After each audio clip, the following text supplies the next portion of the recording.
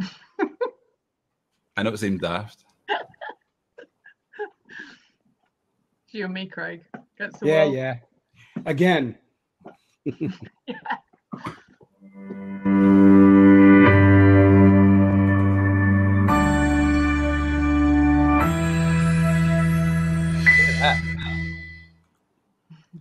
Good afternoon and welcome to the very first Tell Me I'm Wrong. I'm the person that's going to be in the wrong, and the other people are the people that are going to be in the right. If I can just maximize some screens here and get everyone on. We have Hung Lee, we have Lisa Scales, and we also have Craig Fisher. I'm trying to manage the way in which we are all on the screen together. Here we are. To anyone who is wondering about the format for today, we have a topic, we have a format. Essentially, the premise is that I've come up with is based on the prompting of the BBC report last week, where 96 famous celebrities, not normal workers, their salaries, anyone who was earning more than £150,000 in the BBC, the salaries were put out there for everyone to see. We should also note that the HR director of the BBC is a woman and earns £320,000 a year, which is more than most of the people on that list. That doesn't get in the way of a good story, which is to say that all the men are paid more than all the women, and it's not fair. And that's an example. That's some sort of microcosm that describes the employment of everyone else in the world today, which of course it doesn't and can't possibly. So that's the initial premise. The format of today is that I'll talk a little bit about my opinion on the subject. Hung is going to be our moderator for today. Lisa will come back with a response to what I say, and then we'll go to Craig, where Craig will be able to tell us much more about his opinion on and real life experiences of projects that he's worked on in recent times on this very topic. So, as I say, can I pass initially over to Hung? Can you take it from here? Yeah, absolutely. Thank you, Stephen. So essentially, to explain the rules and the concept of this, the idea is certain things we've found challenging topics, difficult to discuss online simply because people shout over each other and they end up not really debating the key points. So the idea of this session is that I'm going to be trying to control the conversation and make sure that everybody is able to articulate their point. And my job, I guess, is to make sure everyone stays according to the rules. Think of me as like Speaker of the House for this particular session. Anyway, Stephen, on to you, sir. You've come up with the big statement, so I think you've got to just again underline exactly what what the point is and put it out there. Okay, so the initial premise is that the salary gap, or the pay gap between genders is bunkum. It is bunkum, and I'm going to say that as often as I can in the next 30 minutes, basically because the statistics that you read are entirely misleading. Not only that, but they're strewn through with all sorts of other factors that people are not entirely taken into account when they're looking at the salary differences between male and female. You've got differences in location, differences in industries, differences in vocations, and of course the time through which people have come through their careers. So people in their 50s and 60s now will have started their careers in the 70s, maybe even the 60s, and people who are starting their careers right now will experience an entirely different working environment, even though they're working alongside each other, because they've come from a different place.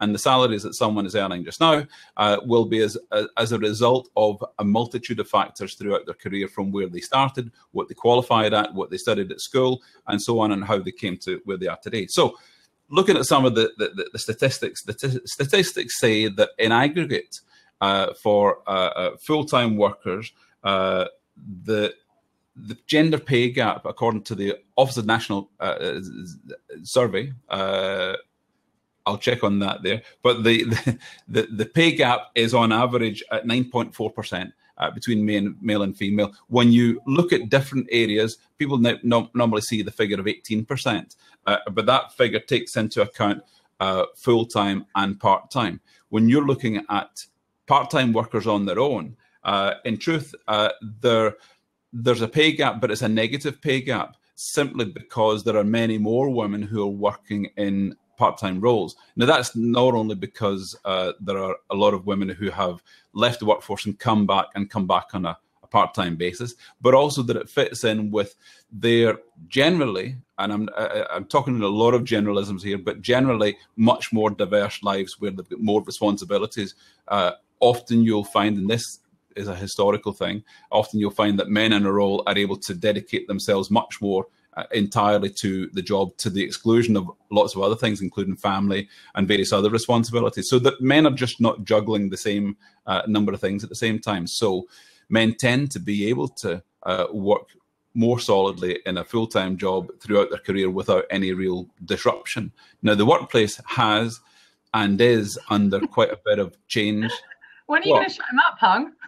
No, I think he's nearly finished. I'm almost finished. But, I'm getting a pillow here. Well, no, hold on.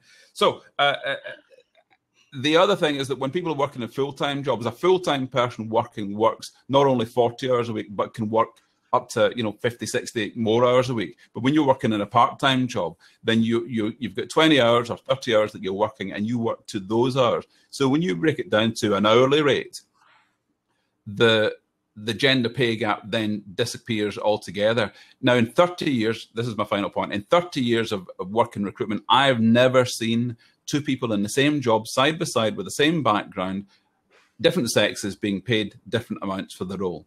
And I've never seen a hiring manager who thought that they would hire someone more cheaply because they were female.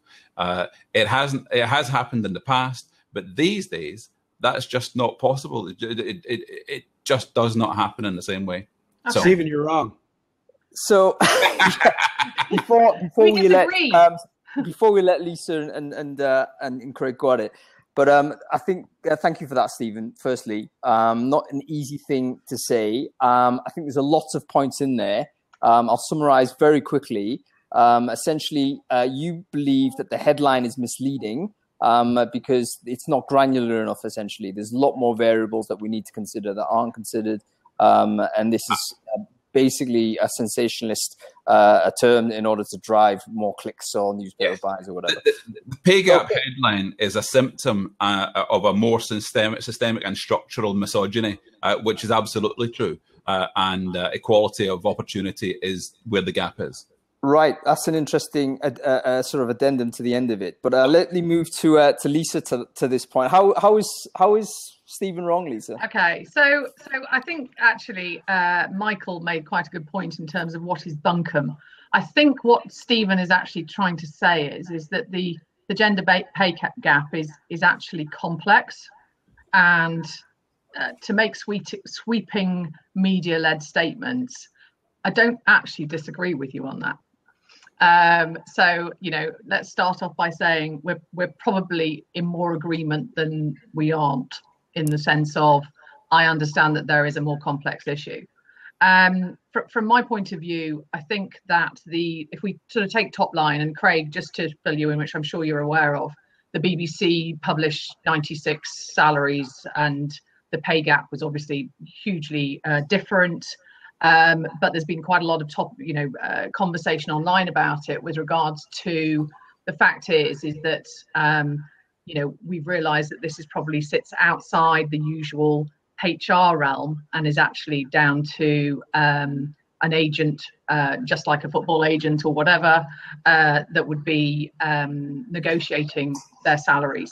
So there's a different playing field, but it's actually come to our attention because of that. And to me, this is a case of, I think it's great it's being talked about.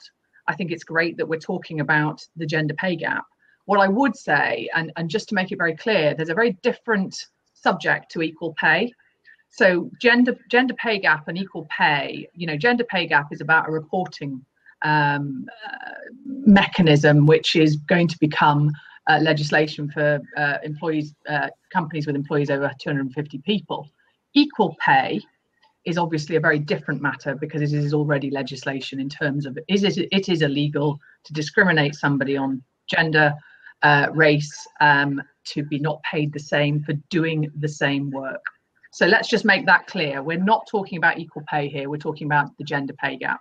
The gender. Sorry, can I ask you to, because I think that's a very important distinction to make, and I'd really like to have a very clear technical differentiation between those two terms. So equal pay, not the same as gender pay gap. Can you just quickly summarize what the difference is for the viewers, and to be honest, myself, because I think this is educational. Yeah, so I think equal pay is actually, it's a subset of the general gender pay gap conversation.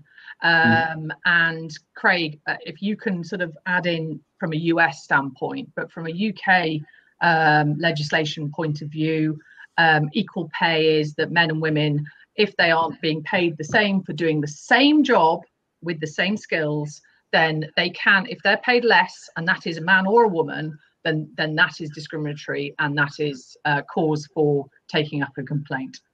So the gender pay gap is exactly as Stephen has alluded to, that it is more complex in terms of it's more of a reporting mechanism, and it is a statistical exercise to show the difference in pay from a gender perspective. And so are we agreeing with Stephen, it sounds like? No, I'd never agree with Stephen. That's very dangerous. No, but what I'm trying to explain is that this is about there's a whole load of nuances that come into the gender pay conversation with regards to how people recruit, and and this whole self-image. You recruit people that you know are like you. It's down to the part-time working and whether that should be included in the pay gap reporting. And there's a great stat on part-time working. Women are 3 times more likely to work part-time than a man. Yeah. So all of a sudden, and we are in an education system where our children are put down a sort of path of, this is a woman's role, this is a man's role, there's more scientists and engineers as men. There's Can I put a statistic there? On average, when people are working between 10 and 30 hours per week, women are earning more. So there's a negative pay gap there. Where did you get that statistic, Stephen? The Office of National Statistics. Okay. We want to avoid citations, by the way. We can't run around and prove it.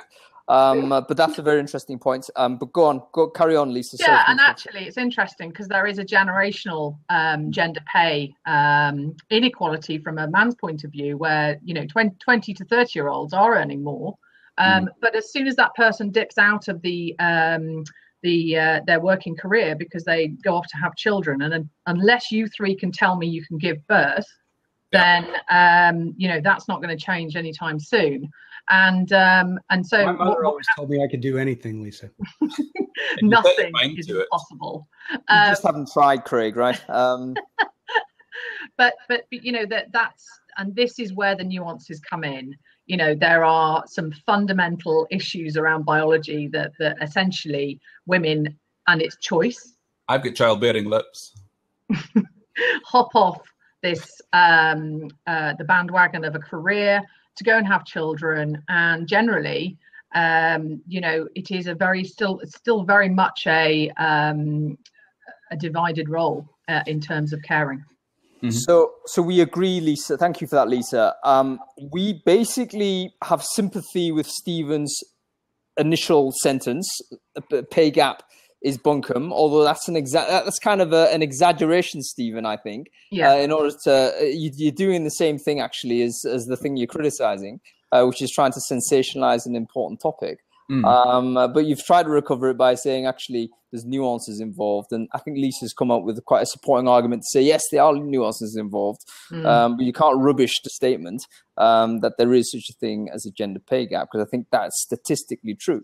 If you take from a very top level, total amount of women on the world that are working in a salaried fashion compared to the total amount of men, there is a big gap. That's a fact. Okay, so anything more you want to add to that, Lisa? It looks like you want to say something more. Yeah, I'm intrigued by Martin Tyler's. Stephen is telling the truth. Lisa is changing goalposts. Well, I tell you what, Martin, I'll go back to your previous comment. Women are more happy when they're at home looking after children. You clearly haven't met my children. Thank you for your contribution, Martin. Keep chatting away. Okay, I'm going to move to... I'm intrigued to know why I can't support the original argument. At the end of the day, I'm actually saying, yes, I do love my children. What I'm actually saying is that I'm actually agreeing with what Stephen is saying. There are nuances to gender pay gap that are more complex than just having a sweeping statement that women are paid less than men. It's there's generational stuff going on in terms of women over 50 get paid less than men. That is fact, okay? Women under 30 are currently being paid more than men, but as soon as they jump off the career ladder, when they go back into the profession that they were in, they are earning less. And part-time working at no matter what skill level is deemed as being lesser value than a full-time permanent role. Yeah, that's absolutely. So it's interesting because it looks like something can be true, but it can also be misleading. So that's very interesting. Okay, thank you very much, Lisa. Craig, I'm going to come to you. Thank you for being patient and waiting for your turn to speak. I understand you've got some research and some kind of practical experience of dealing with some of these issues. Can you tell us a bit about that? Yeah, I do. So I still say Stephen's wrong. Sorry, Stephen. But I think that's the point of this show. You're wrong. Just throw it out there. I'll tell you why. Wrong, Craig. In the U.S., at least, we don't actually say that there's a difference between the gender pay gap and pay equality, because what we're saying here is that women on average earn 79% of what men earn for the same work. So that's really that's what we're going with, right? That's the crux of my argument, that just using that figure is an entire red herring when you have to look at the granular stuff. But it's when not. You say the same work, Craig, can you be very precise? What do you mean by that? Yeah, so from the Department of Labor Statistics, right? And this is from gathering information from employers all over the United States and elsewhere, but mainly in the United States right now.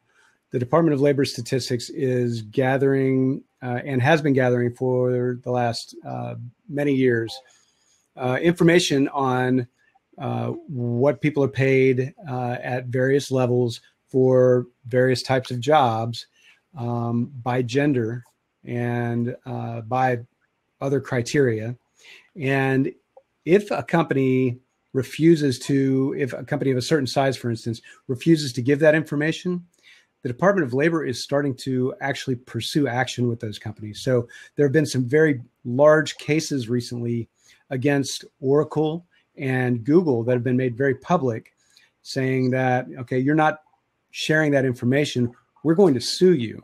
And so these cases are national news. They're a big deal.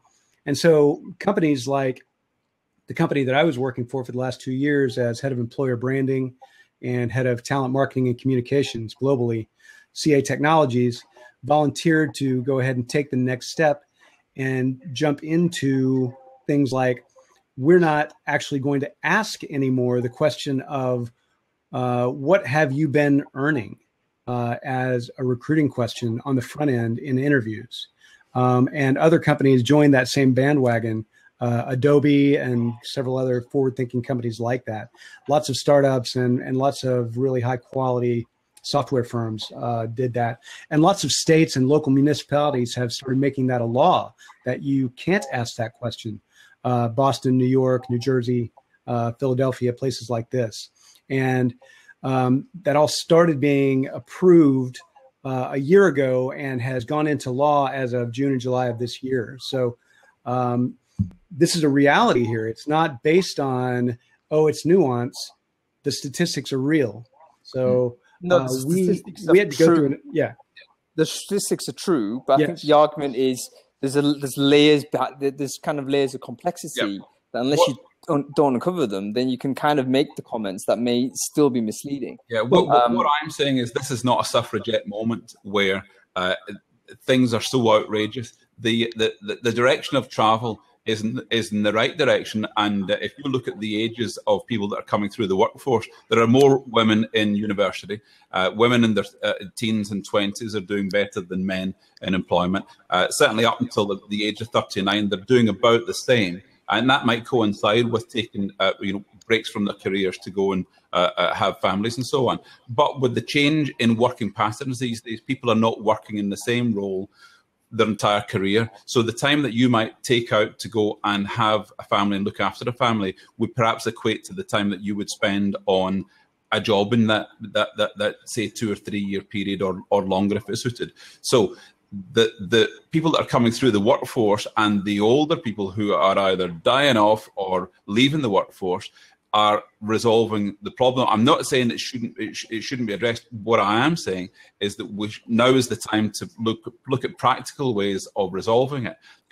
If I can jump in and make us a couple of suggestions, but also ask Craig how would he solve the problem? How would he address the problem? It's not as simple as raising salaries for women and lowering or freezing salaries for men. As I was saying before, it's for me, it's all about inequality of opportunity, and there has to be some sort of truth and reconciliation where you can say the sins of the past we will set to one side and we'll do things right from now on for all new recruits. Right, Craig, go. So what we're saying here, Stephen, is yes, people who aren't qualified for that same work shouldn't be paid the same amount of money, whether you're a woman or a man, right? Yeah. So it doesn't matter. The gender factor is not a factor in that situation. So your nuance doesn't apply there. If you're a man and you're not qualified for the same job as a man making that salary, you don't belong in that job. Yeah. But if you're a woman qualified for this job, your past salary history shouldn't matter. So I went through an exercise of telling all my recruiters and all my hiring managers over the period of a year, you cannot ask this question anymore. Salary history is not a question you can ask, period. Absolutely agree. And that's now a law in several states and inside several organizations in the U.S. Can I just freeze you at that point, Craig? That's a very interesting innovation because on the one hand, the reason for this show is because the BBC was pushing this transparency thing and exposing salaries. But maybe the solution is actually the other way, which is to say, no, we need to completely mask it because I think you're right. You can get locked into a certain salary level because maybe you started off at the wrong tier or something like that. And in fact, it can happen the other way, can't it? Because why does a guy get paid $500,000 a year or whatever it is? Because he was paying $450,000 the year before. Lisa, I was about to jump in there, but I know that Lisa's got more to say. So, go ahead.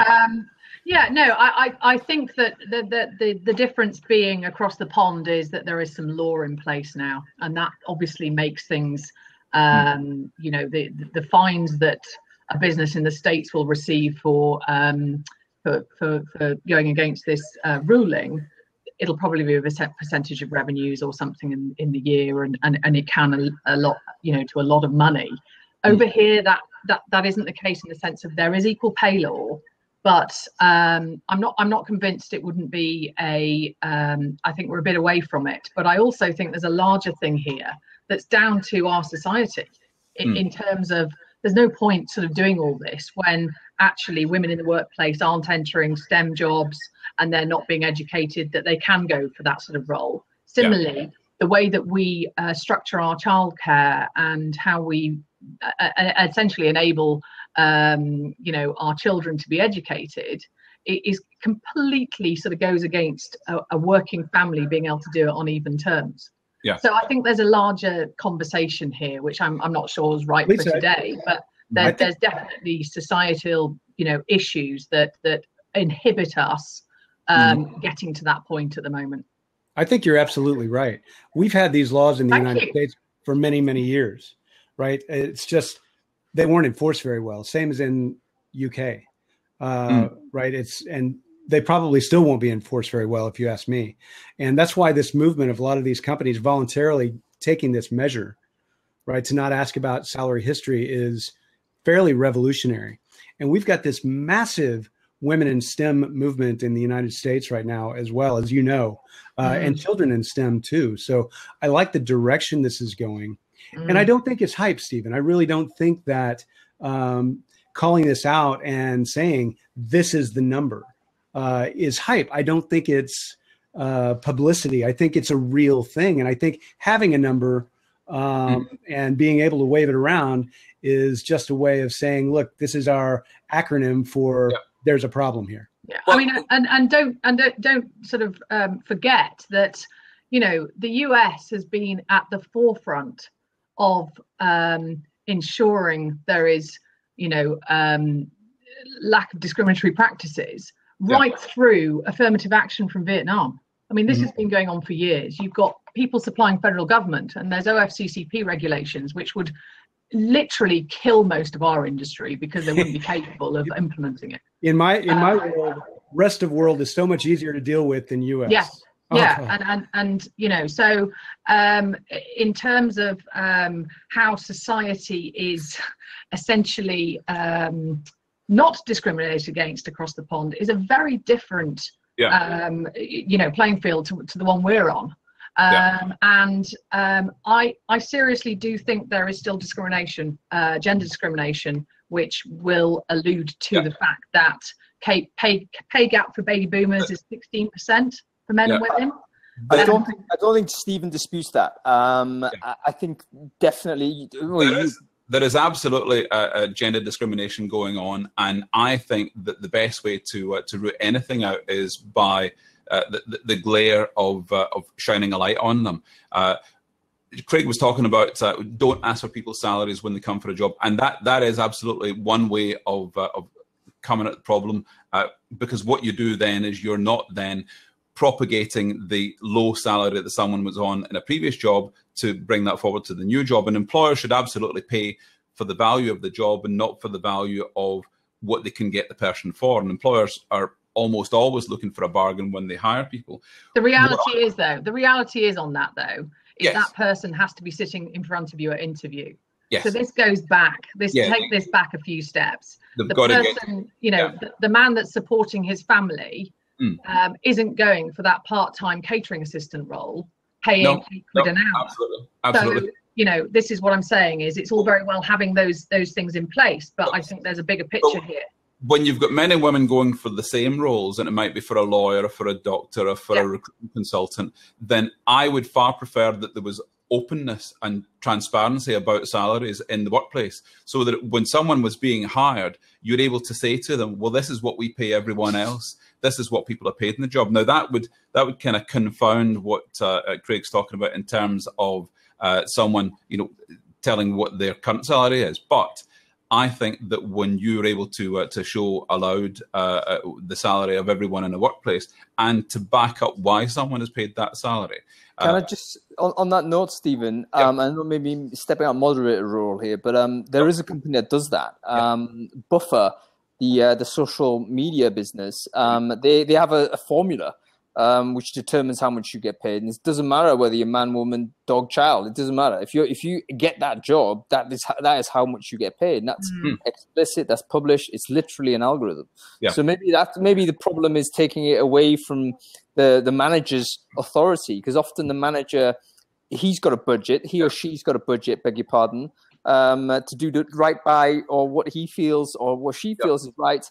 It could be that they want to force the salary down because you know you want to get more budget, hire another person, whatever. But that creates the pressure. Public sector jobs in the UK are all on grades, and people know what each other's grade is, and you'll be paid within the band on that grade. And I would imagine public sector jobs in the States are pretty much the same, where it's not hard to know the going rate for a salary, and it would be difficult. So, and also in public sector, you find that the gender pay gap is much less because there's much more transparency on what people are earning. Well, hang on. Doesn't this take us all the way back to the BBC? Because aren't they on grades? Right. So yes. Why was that disparity there? Right. Well, so there's a very distinct difference, though, and I think on the Facebook comment, Neil Morrison made a very good comment about the fact that, you know, this is talent. Yeah, entertainers. A HR-led function. I collaborated that with a production manager at the BBC, a female production manager, she's paid exactly the same as the men in her team.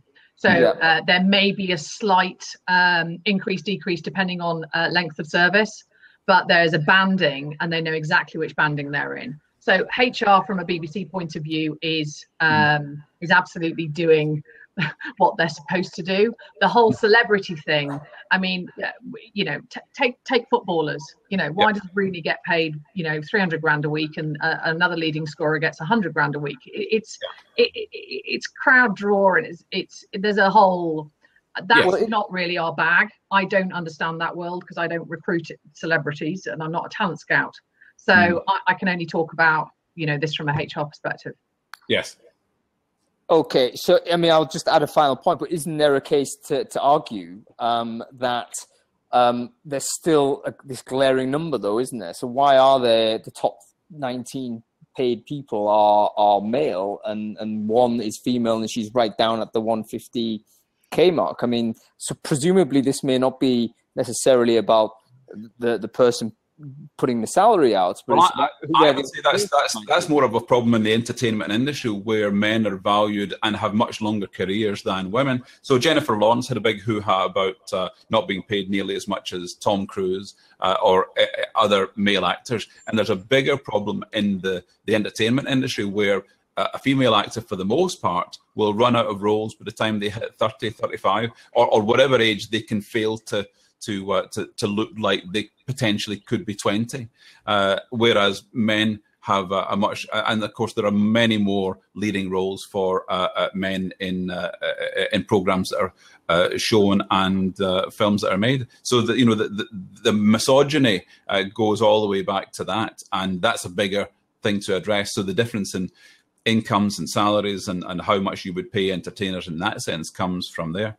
Yeah, that's very interesting. Okay, so listen, we need to move it on to the next part of the show. That's a very good contribution from everyone. I think we've all learned something. Certainly I have. There's a segment called 101, isn't there, Stephen? What does that mean, and what do we need to do with that? Oh, God, yes. So we're doing a lot of these things for the first time. So there's a TV show in the UK called Room 101. And in Room 101, people get to throw something into the furnace of hell, which is never to be seen again. So basically, things that you cannot stand and you want to do away with entirely. So if I went first and looking for something to be recruitment related, I want to throw anonymous job adverts into Room 101. I want every job advert to show who the job is for, what the job is paying, and where the job is located. If we can throw those into Room 101, then you would not believe the transformational difference that would make to the lives of job seekers. So from my point of view, anonymous job adverts, throw them into Room 101. Okay, good. What about you, Lisa? Okay, so it is recruitment related and very, very timely. I would throw Donald Trump into Room 101. For his statement yesterday with regards to transgender people not being allowed to be recruited into the forces. I think it's absolutely despicable. Can I say one thing, Lisa? Just being in the wrong places on the internet, like I tend to be, but he has a lot of support, sadly enough, it seems. Oh yeah, I know. And I just wonder whether there is. I mean, what do you say to those people that subscribe to his argument? He's listened to his generals that have advised him of this, and you know, it's all about military capability. That's the first thing that's required, and if people, you know, it's a small number of people, etc. I saw a tweet today which was absolutely, in my eyes, the best thing, and I see it had 430,000 likes, saying a transgender person has more bravery walking out of their front door every day than Donald Trump and his team around him have. So I don't agree with it, and I'm ashamed to be walking on the same planet as him. Well, Donald Trump, of course, is so brave that he has 5 deferments on signing up to join the U.S. Army when he was younger.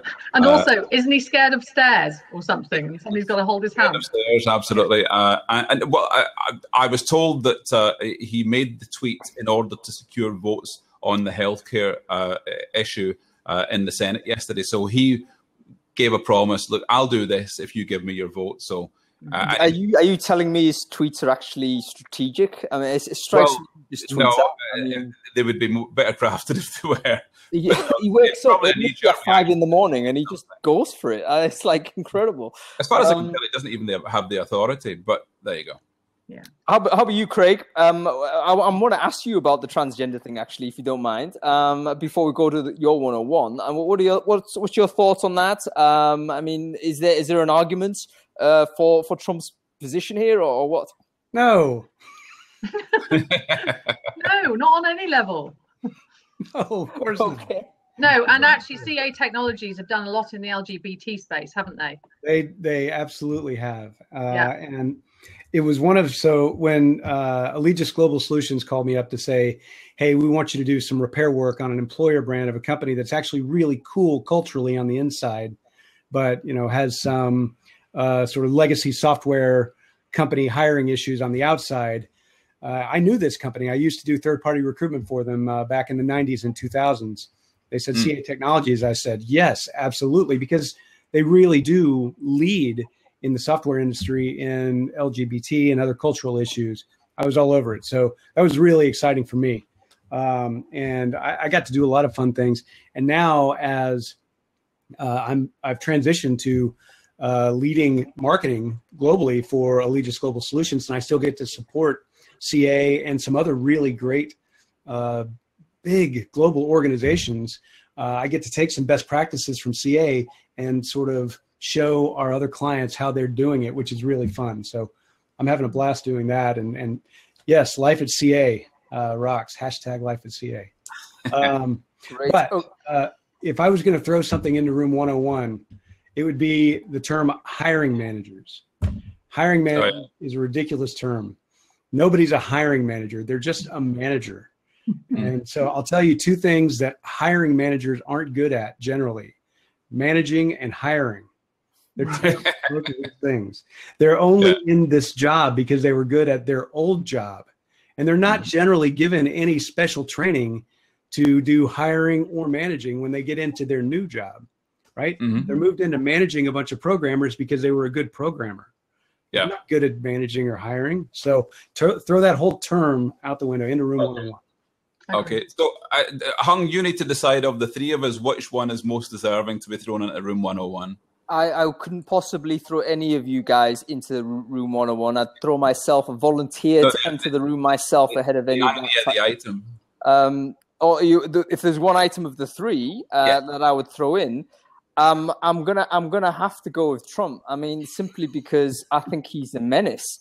And not only is he a menace, but he literally doesn't seem to care. I find it incredible. I actually still find it incredible that he's the president of the United States. Yeah. And I think we're going to look back on this when it's all over, and just still pinch ourselves and think, what the happened there? Because this cannot possibly. It's an amazing moment in time, right? Yeah, absolutely. This is really something when everyone around the world is embarrassed on behalf of America. I'm embarrassed that he's half Scottish. I think, you know what, he is who he is, but at the same time, wow, we have to ask serious questions how we kind of position people into these positions of authority. When this is the outcome. Oftentimes you need to think about what the outcome is for so many people. And on a very serious note, what he is doing is allowing all sorts of racists and sexists and all sorts to come forward in the workplace, and it's not a pretty sight. What are your thoughts, Stephen, on inviting some people on? Because I know there's been a very exciting comment string on here, and there's loads of people seem to be very sort of enthused. I just wonder whether it has, but as I promised at the start, we're going to keep it tight so that each week we're going to stick to 30-40 minutes tops. If we leave people wanting a little bit more, then we can give them more next week. Next week we'll have another topic that will be just as contentious. So we haven't decided on a topic yet, but suggestions on a postcard, please. We will be back this time next week with another show, another two sparkling guests. With pretty high standards so far, so we can't invite just on anyone. But I'm sure we'll get some terrific guests for next week. So on that note, can I give a huge thanks to the ever-fragrant Lisa Scales and the magnificent Craig Fisher, and as Hung once said, the inestimable Mr. Hung Lee. Thanks very much for everyone who's making comments on the side. And on that note, we're going to wrap up for today. Thank you very much. Thanks, everyone. Yay. Yay.